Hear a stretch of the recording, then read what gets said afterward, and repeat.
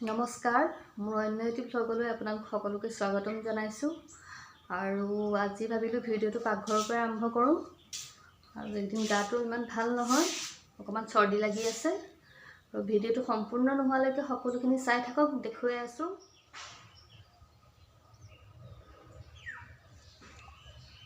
এইজোপা নতুনকৈ ফুলিছে, ৰঙা গোলাপ ধুনীয়াকৈ ফুলি আছে। এনেইনো কয়নে আৰু ফুলৰ ৰাণী বুলি।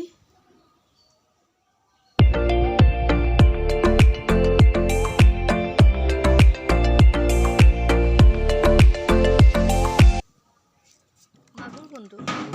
ডাঙৰ ডাঙৰ মাগুৰ কেইটা আছে? মামাৰ ল'ৰাটোৱে মাছ লৈ আহিছে আমাৰ ঘৰত দিবলৈ। তাহাঁতৰ পুখুৰীত যিহেতু আজি দেওবাৰ, মাছ ধৰিছিলে। কি আছে? গৰৈ, কাৱৈ আছে। মাগুৰ, পুঠি মাছ নাই। ডাঙৰ মাগুৰ।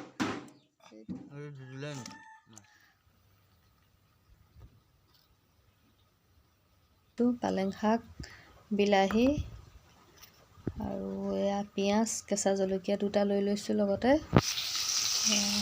ৰন্ধা বঢ়াত ইমান পাকৈত নহয়, তথাপিও কিবা এটা বনাবলৈ আজি চেষ্টা কৰিছোঁ।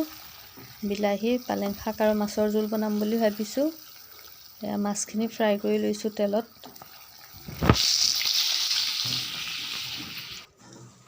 তাৰপিছত এয়া ফ্ৰাই কৰি হ'ল।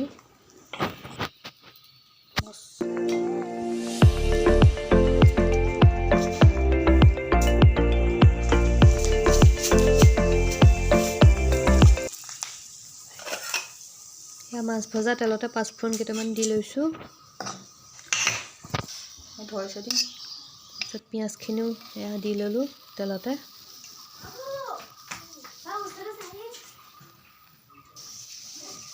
বিলাহীও দি এয়া ভাজি আছোঁ গোটেইখিনি। নিমখ হালধি দি দিলোঁ ইয়াতে।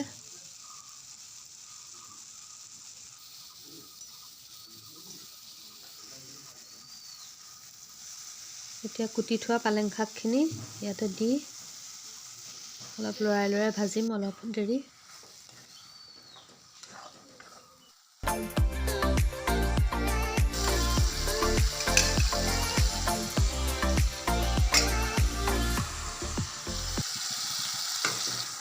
পালেংখিনি অলপ ভাজি লোৱাৰ পিছত এয়া 4জনমান মানুহে খাব পৰা জোখাৰে পানী দি দিছোঁ আৰু দি অলপ লৰাই দিছোঁ।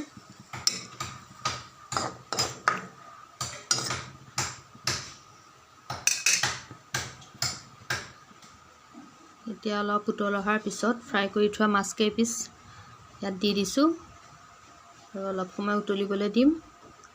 আৰু উতল অহাৰ পিছত এয়া নমাই থ'ম।